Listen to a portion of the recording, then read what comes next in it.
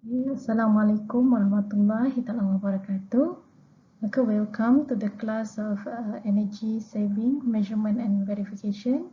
So today we will start our first topic, Introduction to Energy Efficiency, Policies, Program and Incentive in Malaysia. Okay, why energy efficiency, energy saving?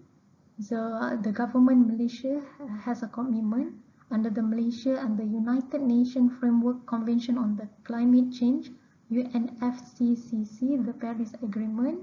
Malaysia has committed to reduce greenhouse gas emission by 45% by 2030 with respect to our 2005 GDP. And this target was set with 35% on a conditional basis and further 10% on conditional basis upon receipt of climate finance funding, technology transfer, and also capacity building from developed country. And in addition, Malaysia also committed to maintain at least 50% level of forest and tree conservation. And as you may know, the main GHG emission in Malaysia are from the energy industry. Okay, let's look at the energy scenario in Malaysia. So looking at the supply side, you may see here from our power generation mix. So it has long been dependent on a single fossil fuel. Yeah, from 1977, you can see from this graph, more than 95% of our power generation is from oil. And then because of the oil crisis and the depletion of oil, we moved to gas. So you can see from in 2001, more than 75% of our power generation is supplied by gas. Moving forward, you can see from this red area, so coal is increasing to supply power generation in Malaysia, and this over dependency on a single fossil fuel harms long-term energy sustainability. So what option that we have?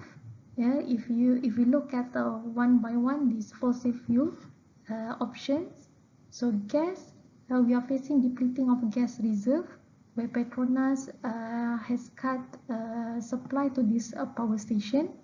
Volatility in the gas price make it the investment become uncertain. And coal, as you may know, we are importing 100% of coal for power generation, and coal has the highest CO2 emission as compared to the other fossil fuel. Hydro seems more feasible in Sarawak and Sabah compared to Peninsular Malaysia, because we don't have much high terrain. Nuclear, at one time our government has committed to build a nuclear power plant, 2 gigawatt of nuclear power plant by 2021, but because of the public acceptance and safety issue, especially after the Fukushima nuclear power plant crisis, and then we no more have a plan to have nuclear in our power generation mix. Renewable energy, you can see there is trend of renewable energy in Malaysia, especially solar photovoltaic, and we also have a target to achieve 20% of renewable energy in 2025. Although we can see aggressive reduction in the cost and the price of renewable energy, especially solar PV. However, the cost is still higher as compared to fossil fuel. So what the option that we have for our power generation mix?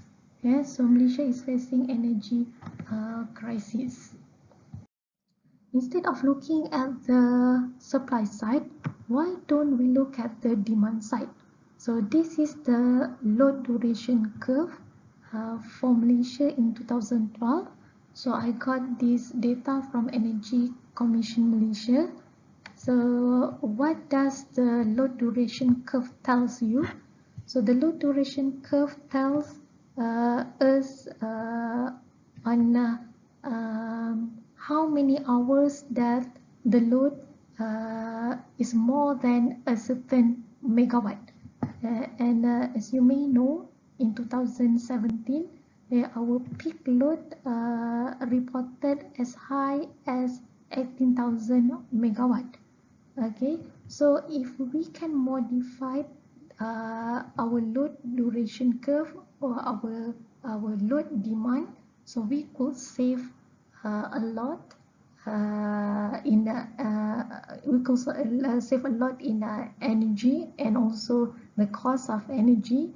Yeah, for example, by modifying the orange curve, this is the actual load duration curve.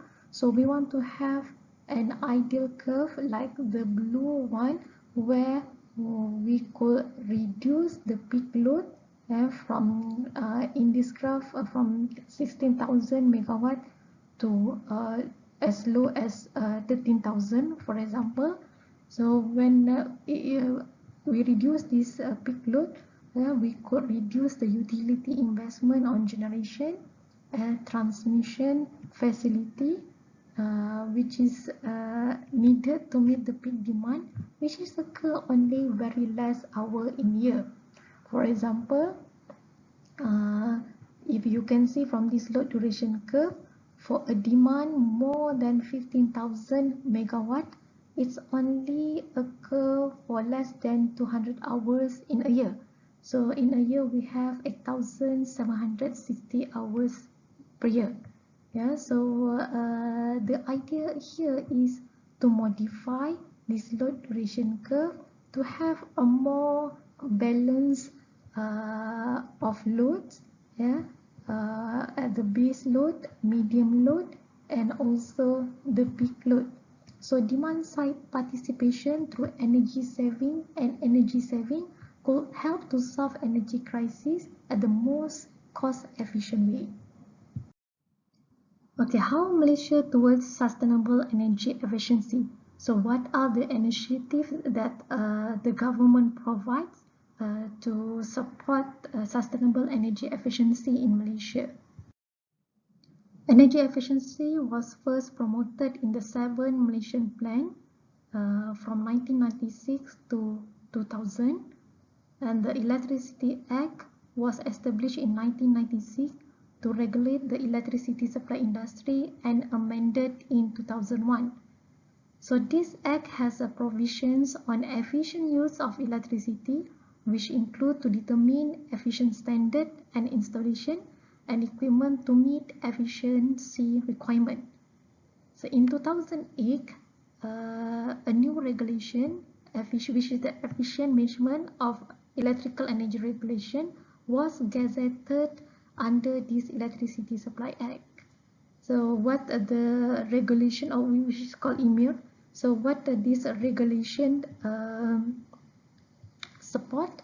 So the regulation requires any installation with total electricity consumption of more than 3 million kilowatt hour over 6 consecutive months to implement measures to reduce the consumption by efficient management. And also under this regulation, the facility has to engage an electrical energy manager that register with Energy Commission Malaysia. National Energy Efficiency Action Plan (NEAP) was developed in 2014. So the aims of NEAP is to reduce electricity demand in industrial sector, commercial building and equipment by 6% over a 10-year period. So there are 5 key initiatives highlighted under this action plan. So the first one is the initiative promotion of 5-star rated appliance. I think you have seen this, the energy label, the star rated energy label that you can find on your freezer, on your new air conditioner, your television. And number 2, the minimum energy performance standards, MEMS, where the government monitor the performance standard of this appliance. Number 3, promotion of energy audit and energy management in building and industry. Number 4, promotion of cogeneration to produce heat and electricity. And number 5, to promote more energy efficient building design that meet requirement green building energy. There are many energy efficiency incentive and programs in Malaysia. For example, under the National Key Economic Area for Oil, Gas and Energy, incentives such as the government to lead example by example on energy efficiency practice, for the government to building to lead first, so that the other buildings from the private or industry can follow the government practice on this energy efficiency. For example, by practicing energy management, by replacing new energy efficient equipment, appliance in the building. Give retailer incentive on sale of small capacity appliance, promotion of electrical appliance with minimum energy performance standard. So maps specify the minimum level of energy performance that appliance, lighting and electrical equipment product must meet or exceed before they can be offered or they can be sold or used for commercial purposes. So these maps was gazetted in May 2013 in the amendment of the Electricity Regulation 1994. And for enforcement of this standard criteria and labeling for 5 domestic electrical products, you can see this for air conditioner, refrigerator, television, domestic fan and lamps. Other initiatives include promotion of energy efficiency building in Malaysia. So you may know the low energy office building, the green energy office building in Bangi, and the diamond building, which is the building for Energy Commission Malaysia in Putrajaya. So this energy efficient building has a lower energy consumption as compared to other traditional buildings in Malaysia. Okay, another initiative is by promoting energy audit and retrofits in government building. So this is done to identify the current and the baseline of the energy use in the building. So how much energy is used? We want to know how much the energy used, so that by performing this energy audit, the building also could identify what are the potential energy saving measures, what can be done to reduce the energy in the building. Other initiative is to support retrofit work at the government building. This is to basically enhance the energy saving, to have more energy saving in the building, by doing a retrofit work, by changing the electrical system in the building. For example, by replacing the old lighting system to a new LED system, which has a less power consumption, and also, for example, to change the inefficient chiller system to a more efficient system, so that the building can reduce the energy and cost of electricity bill. Government also had putting effort to monitor a 5% saving on electricity bill for 25 ministries building. In 2017, government has introduced like a grant, energy audit conditional grant for commercial building and industry to do the energy audit in their building. And this energy audit conditional grant also provide opportunity for energy service company to get this grant and to do the energy audit work at this commercial and industrial building. Another initiative by the ASEAN is ASEAN Energy Management Accreditation Scheme. So one of the certification that is based on the excellence in energy management system in the facility. So energy management gold standard is one of the certification like a rating tools of given to the facility that has an excellence in energy management system in their building. So this energy management gold standard has a 3-star rating certification. So 1 star, 2 star, and 3 star. So 1 star is the first time certification given to the building that has efficient, sustainable energy management system in place in the building. 2 star is a certification renewal showing there is an improve in energy efficiency index in the buildings. And 3rd star is the certification continuation certification that shows there is a sustainability in energy management, showing the continuous improvement in energy efficiency index and also maintaining a good energy efficiency index in the building. Another incentive introduced by the government of Malaysia in January 2015 to promote energy efficiency in government building is energy performance contracting, so or called EPC.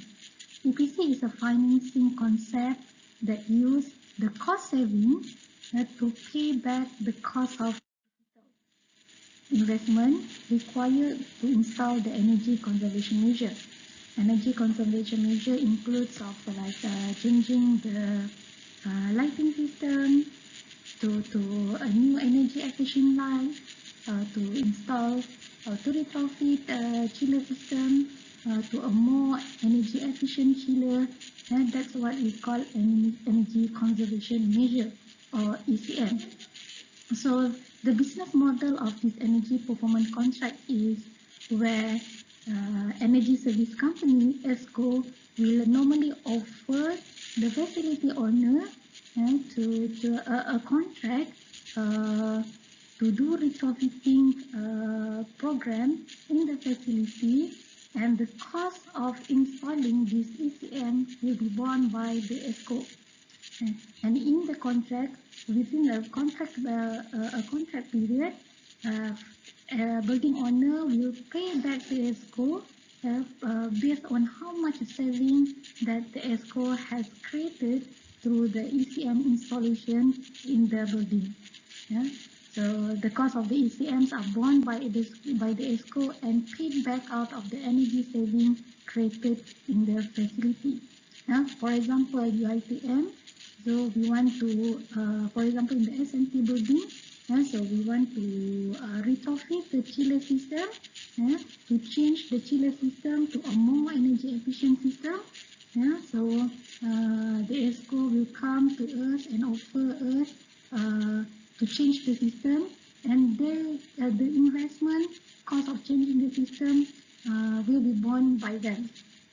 And then we will sign a contract that we agree between these two parties, the ESCO and UITM. For example, so we pay back the investment of the ESCO based on how much saving that we enjoy during this contract period. Okay, this EPC saving mechanism. So this graph visualizes more detail on how the savings could be created from EPC business model. As you can see here, so this is the period before the EPC contract implementation. So this is the electricity bills that paid by the building owner. And then this period is where during the EPC contract period, for example, 7 years, 5 years, 10 years, so we can see a lower electricity bill after the implementation of energy saving measures.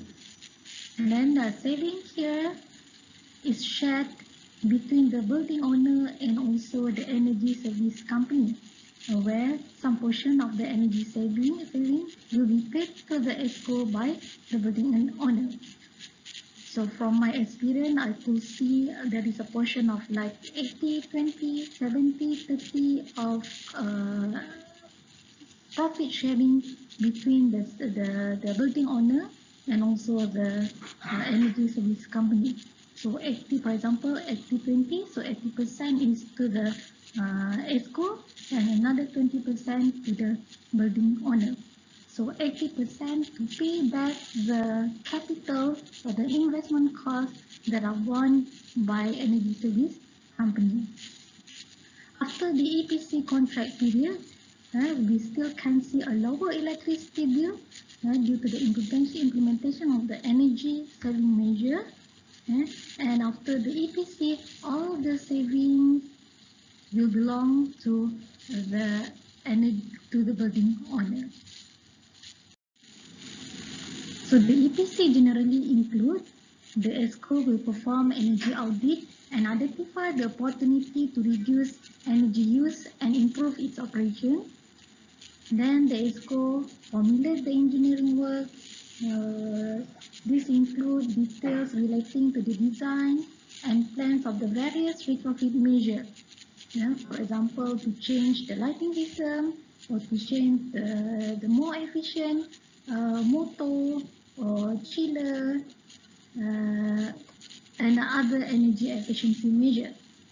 Then, after the design process, the ESCO will install the various retrofit measures and perform the measurement and verification activity to determine how much saving they have created in the facility.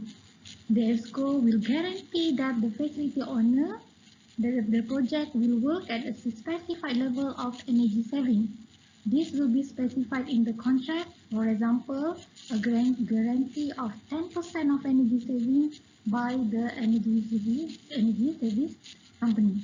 The capital incurred by the ESCO is paid out back by the saving created in the facility. The beautiful of EPC from the US experience, it provides owner funding for installation of energy efficiency projects and assurance of there will be energy saving created in the building. And of course, this is funding is very important for some of the buildings.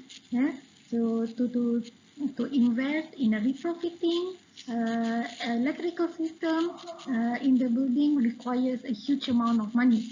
And it is better for the building to use the money to invest on the other activity and let the ESCO invest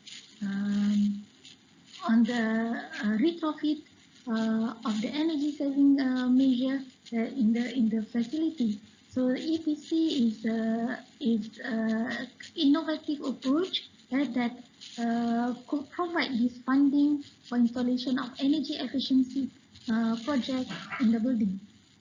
And EPC also provide owner project management, engineering design and evaluation that will create savings. So building owner doesn't have to really think what to design, what to install. And the energy audit also will be carried out by energy service company.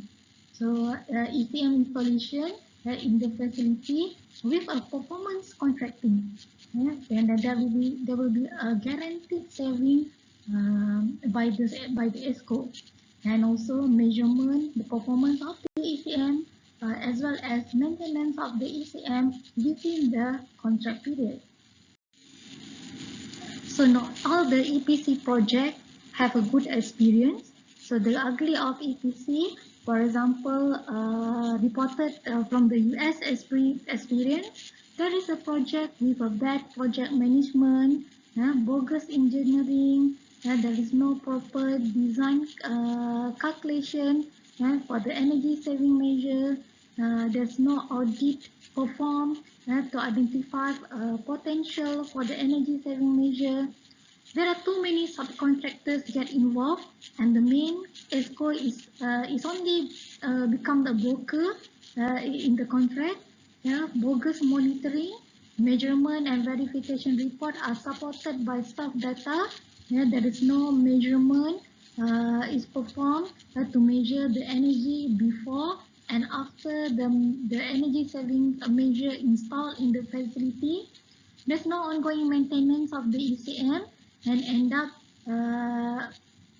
argument between the ESCO and building owner happened, and a dispute happened between the two parties within the contract. And in this case, there is a need of third-party verification to measure and verify how much saving. So there will be a fair situation between the building owner and also the energy service company. Yeah. And from my experience, I think the same situation as in US occur in Malaysia, and that's why we still can see some building owner they feel skeptical of engaging this kind of EPC contract with building owner, despite of knowing that the EPC model is very good to develop the energy efficiency in the building in Malaysia. In 2018, government introduced building energy intensity labeling. So this BEI labeling aims to encourage government staff to improve the energy intensity of their building. So government building can apply for this labeling and to get a star rating from a specific BEI range. Energy Commission is the implementing agency that is responsible to verify the building data and issuing valuable and the star rating. And so by having building energy intensity labeling, it provides information on the energy performance of the building as well as comparing and become a benchmarking for the other building. What is building energy intensity? So BEI is a benchmarking tool in monitoring building energy performance by indicating the intensity of energy used per meter square area of the building.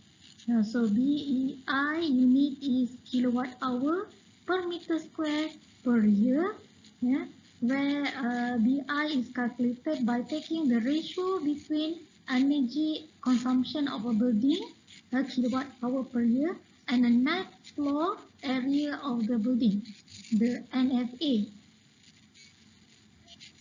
And the BEI labeling benefits government and the building owner to get a more certain energy performance, especially for the government building, accelerate efforts to make government building energy efficient through government lead by example, provide and disseminate information to building occupants on energy usage performance of the building compared to energy efficient building, creates healthy competition among building owners to improve energy use by comparing the BI level, and helps the government achieve national commitment to reduce the greenhouse gas emission intensity of GDP by 45% by 2030. So here you can see this is the label concept of the rating. So the building energy intensity will be displayed in unit kilowatt hour per meter square per year, and there is a number of building categories that building can apply. For example, office, hospital, university, school, and etc. And so the range will be from the first 1 star is the highly inefficient, and the 5-star is the most efficient. Yeah, so this table shows the level of the star rating, from 1 star to the highest 5 star. Yeah, so for to get a 5-star rating, the BI range should be less than 100 kilowatt hour per meter square per year. Yeah, to get a 4-star rating, BI should be between 100 to 130 kilowatt hour per meter square per year, and goes to 1 star. From the Energy Efficiency in Building Guideline 1989 and also Malaysia Standard 1525 2007, the building energy index should be lower than 136 kilowatt hour per meter square per year for the building to be called as energy efficient building. Normal building typical consumption is between 200 to 300 kilowatt hour per meter square per year. We have a sample of energy efficient building. For example, Leo building in benchmarking year 2001, the BI is 100 kilowatt hour per meter square per year.